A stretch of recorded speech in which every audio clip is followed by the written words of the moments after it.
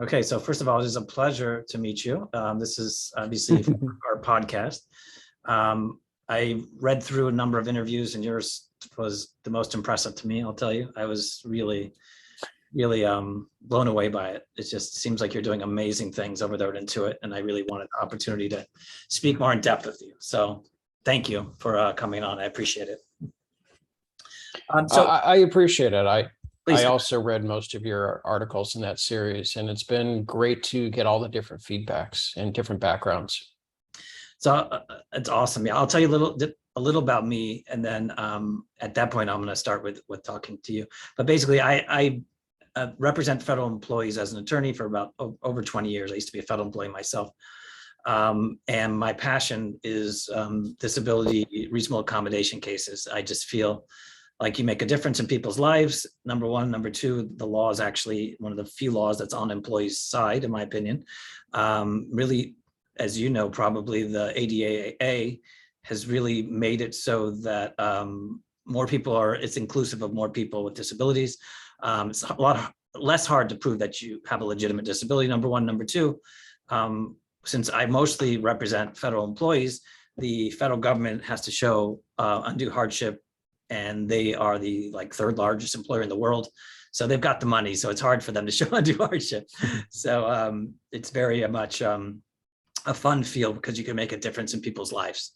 So that's my background. So I thought, because I just enjoy that so much, that I would branch out more and see if I could connect with other people in the field and see how I could make a difference that way. And so that's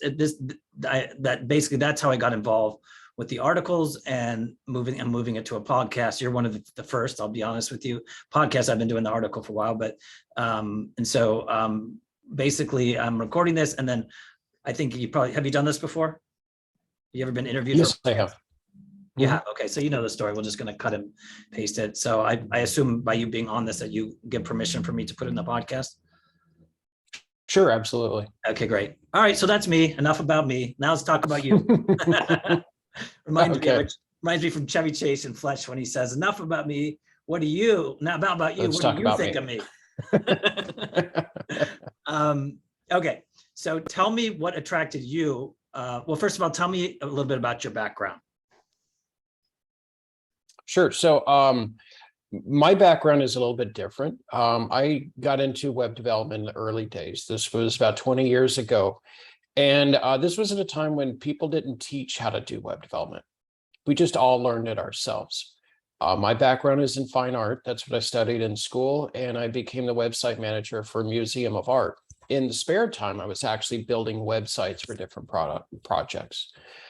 But as a museum website, we had to make our stuff accessible. We didn't really know what that meant, but we had this checklist, it had to be accessible.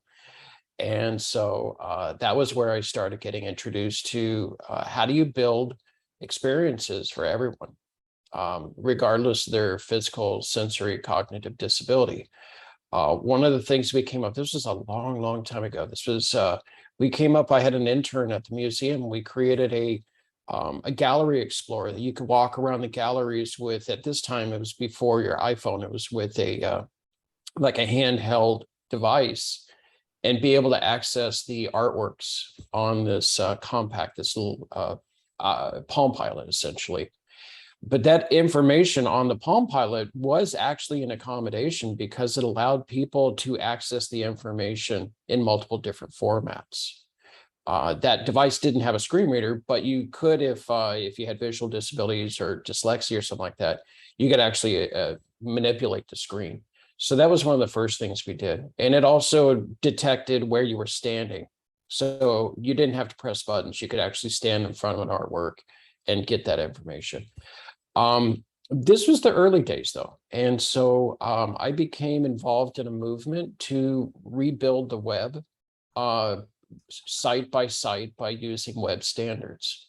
And it was kind of revolutionary because none of the browsers supported web standards. So we were basically, it was a blind trust that said, if we build it correctly, then we hope that as a browser, you will actually display it correctly. And that movement had a tremendous impact. Today, we don't even think about it, but it's because of the people back then, the leaders back then, that made it possible. That took me to Yahoo. At Yahoo, I was able to work on multiple products and co-founded the Accessibility Stakeholders Group and the Accessibility Lab, which grew out of that. I was able to travel the world as a developer evangelist and teach accessibility to students and developers around the world, and then moved over to Intuit, where I've been leading accessibility at Intuit for the past 10 years. And it's been an amazing journey. Every day is different. I'm always constantly learning something new, and I treasure the people I meet, the changes we make. That's amazing. I really appreciate you sharing that. Actually answered a bunch of my questions in one because Okay, interview done. thanks for everything. Goodbye. No, that was amazing. It really fascinating. Oh, but so what I'm curious about, so I'm a lawyer, and at one point, I remember I was told I need to put on my website that little man, if you know what I'm talking about, and you click on it and it shows. Can you tell me, is that accessibility? What does that mean? What's that whole thing about?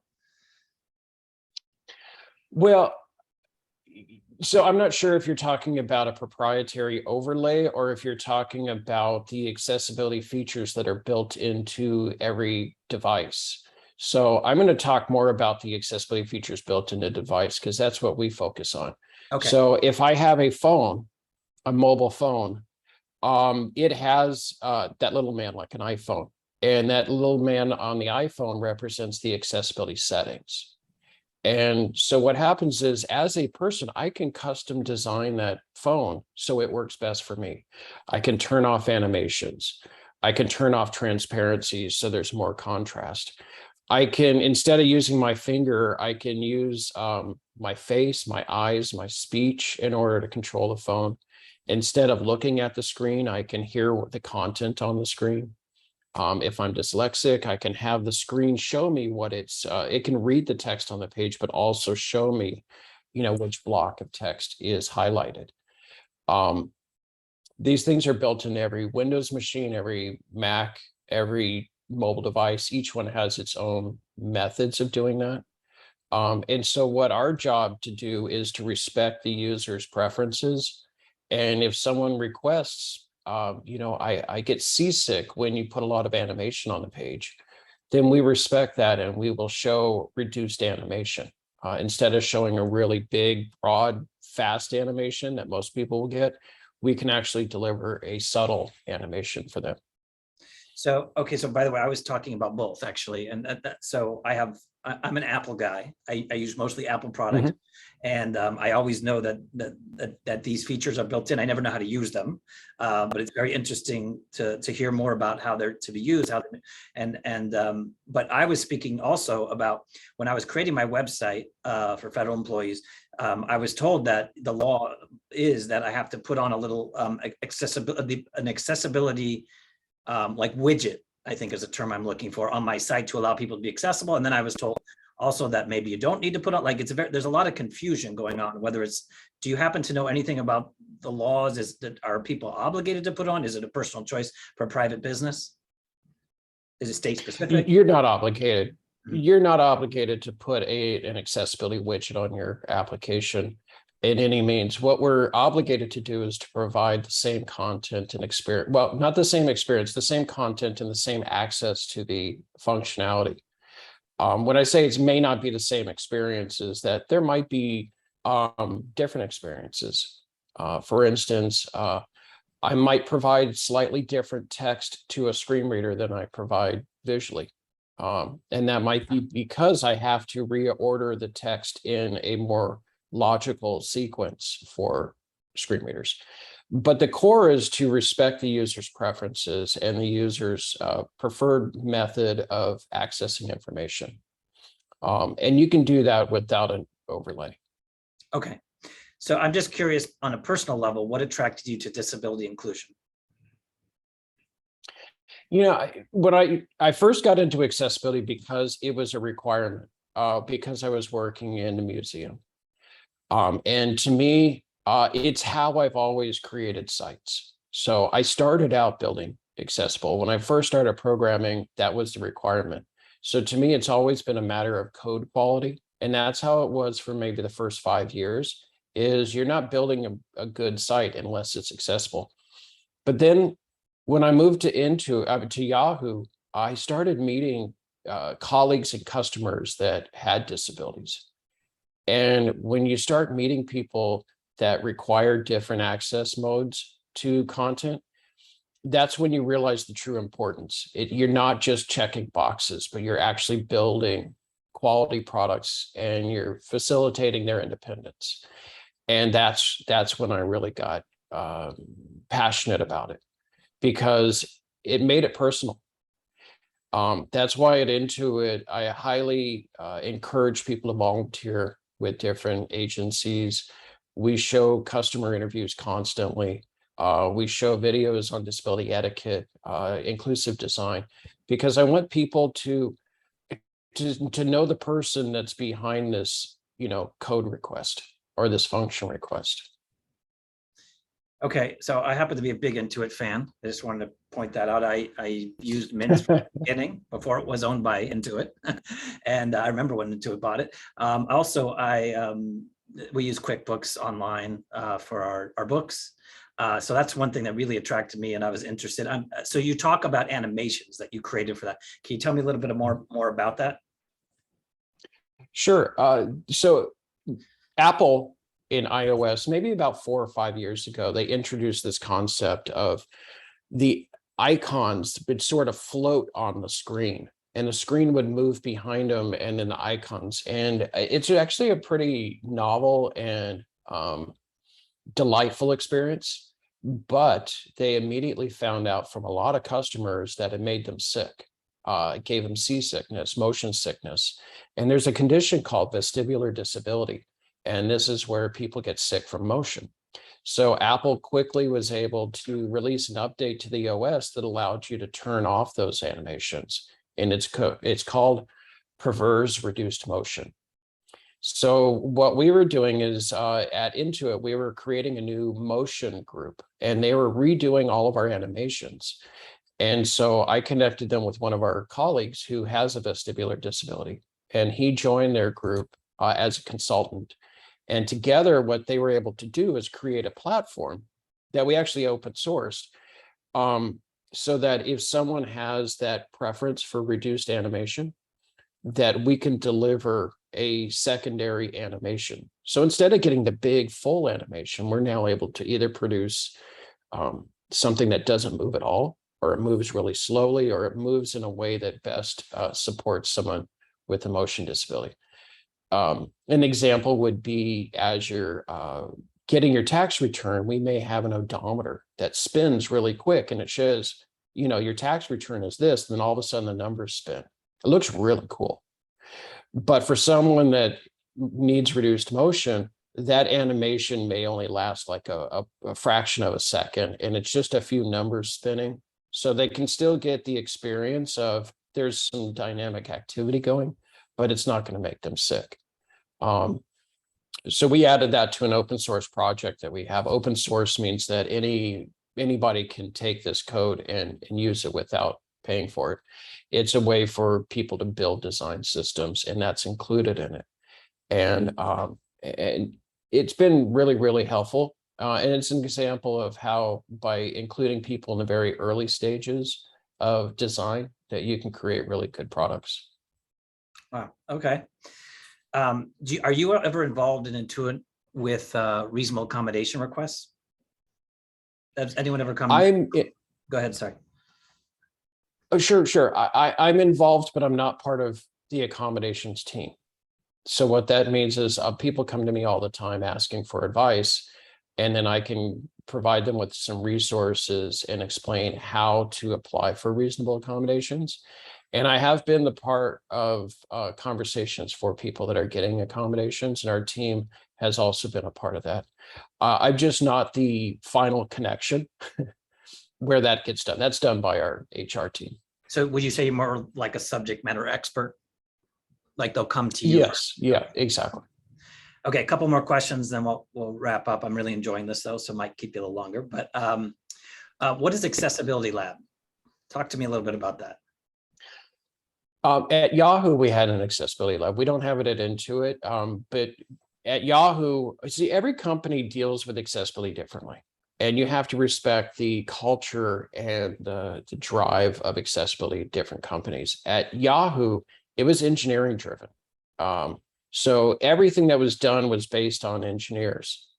And so the accessibility lab at Yahoo was a place for engineers to come in, and they were able to, the leader of the accessibility lab was blind. So they were able to talk with him immediately. They could test their products with different assistive technologies, with mobile phones, with computers, without keyboards, everything like that. So it was a way to not only test and learn the equipment, but also have conversations. As a blind person, how would you understand this financial stock chart? How would you understand a map? And that's how we were able to use the Yahoo Accessibility Lab. At Intuit, we don't have a lab, and that's because it's more of a communal development. It's not just for engineers. We work with product managers, with designers, and it's more focused on the customers. So we bring customers in and we interview customers and we try to learn how the customer interacts. So having a lab at Intuit wasn't as relevant because that's basically you and technology, and we're more focused on you and the customer. Okay. So I'm fascinated by one of the things I read that a group you worked with called Tikkun Olam Makers, because I lived in Israel for 3 years. Can you tell me a little bit about them? Tell me a little bit about Sure. that. I was on the board of Random Hacks of Kindness, and that was hackathons around the world to solve social problems and increase social good. Tom Tikkun Olam Makers, I hope I said that right. You said it fine. There's sort of an evolution of that. So let's assume I'm a painter with cerebral palsy. And let's assume that as I'm painting, I have a hard time controlling the brush. And I would really love to have some method that I could hold a brush and maybe that brush could move. So that painter would go to someone and say, can you help me design a brush holder? And so that maker would work with that person and they would create a custom made brush holder. It could be 3D printed. It could be made out of cloth or wood or metal. But once they create that brush holder, then they test it with the person and they know that it works. Then they open source the instructions on how to make that paintbrush holder. And I think that's what's really great about TOM is that it's two people working together to solve a problem. And once they have that problem solved, they then make it open. So you can, every painter, that with a similar situation with their hands or with their mobility can use that solution to be a better painter. And that's one of the things I really like about TOM. And it's global, it's open, anybody can join. I have to ask, how do you happen to know how they're funded? Is it charity? It's a charity. So I don't know how they're funded. It's an amazing company. It's a beautiful idea. The Random Hacks of Kindness, that it's a similar idea of creating different, I guess, hacks that can be utilized through all different fields and all different. What is it? Web-based? Is it or all technology? It was based on the crisis camps. Like for instance, in Haiti, when the earthquake happened, people from around the world would meet over the course of 2 weekends. And we did things like create mapping solutions. We figured out how to get resources to Haiti. We set up programs to find out who's safe and not. These were crisis camps. Random Hacks of Kindness grew out of that. One of the projects I worked on was how does someone, a subsistence farmer that may have a little extra land, how can they create a cash crop? So let's say that I grow mangoes in Brazil and I have a little bit of extra room. How can they use their cell phone with SMS, figure out what's another crop I can grow and where can I sell that crop? And what's the prices? Which are the farmers markets nearby? That was a program that was built in 2 days using teams across the world. So it's like a time zone shift. Someone would start it in Australia, and then 5 hours later, someone in India would pick it up, and then it would pass on to the UK, and then to New York, and then California, and then once that was done, it would go back to Australia. that's the beauty of a random acts of kindness. That's beautiful. So tikkun olam in Hebrew means fixing the world. That sounds exactly like the things that you're doing and that you're working on, making a difference in the world, changing people's lives for the better. With that segue, I want to ask you personally, who is the person that most inspires you in this field or in the world, or who speaks to you? You know, there's probably someone different every day, to be honest. But I would say one of the persons I worked with at Yahoo was Alan Brightman, and he's probably had the biggest impact on me. Alan worked at Apple, and he's the one that got Apple to really start working with accessibility. He was the one that said, how does a person that only has one finger write a capital letter S? Because usually that takes two fingers. So how does a person that can't move their hands turn on this device when the power button is the back? Alan is the one that led the development of all of those personal settings within your computers. He was also did a lot of work with cognitive disabilities, developmental disabilities, and he led the accessibility program at Yahoo. Wow. So I go back to Alan quite a bit. That's beautiful. I am curious. I don't know if you can answer this, but we live in I think a black and white world, meaning we live in a Android versus Apple world. I'm just curious if you have a preference for one when it comes to accessibility. Is there one that is more cutting edge than the other, or what are your thoughts? I think it depends on what the person needs. For blind customers, they typically prefer iOS because the screen reader has a stronger foundation and is quite good. But for people with low vision, Android is great. It's got excellent text resizing. For people that use Braille, there might be a different choice. So I think Android for a lot of uses is much cheaper. So when you get out of the United States, Android is oftentimes a better selection, and their screen reader is on par now with the iOS screen reader. One of the nice things is that the trademarks and the patents are starting to wear out. So now we're starting to see those screen readers starting to have similar gestures because it was always like each operating system had its own gesture, and it was really confusing. Wonderful. So this was absolutely amazing. I really enjoyed speaking with you. Is there anything else that you'd want to share with us as we conclude? Anything about the future? No, I would just, I would just like to say, keep your mind open. Recently I met the Black Deaf Studies group, Studies Center at Gallaudet University, and that's opened up so many new ideas in my mind. And intersectionality is a key moving forward. And intersectionality is, I'm not just a blind person. I'm not just a Black person. I'm not just a gay person. I'm all three together. And how I experience the world is not just in one channel, but it's the mixture of all three channels.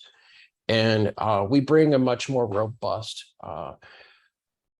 view and experiences and requirements and needs and conversations when we look at intersectionality. That's wonderful. Thank you so much. It's been a pleasure speaking with you. I really appreciate your time. Have a great day. Thank you. I appreciate it too. Thank you.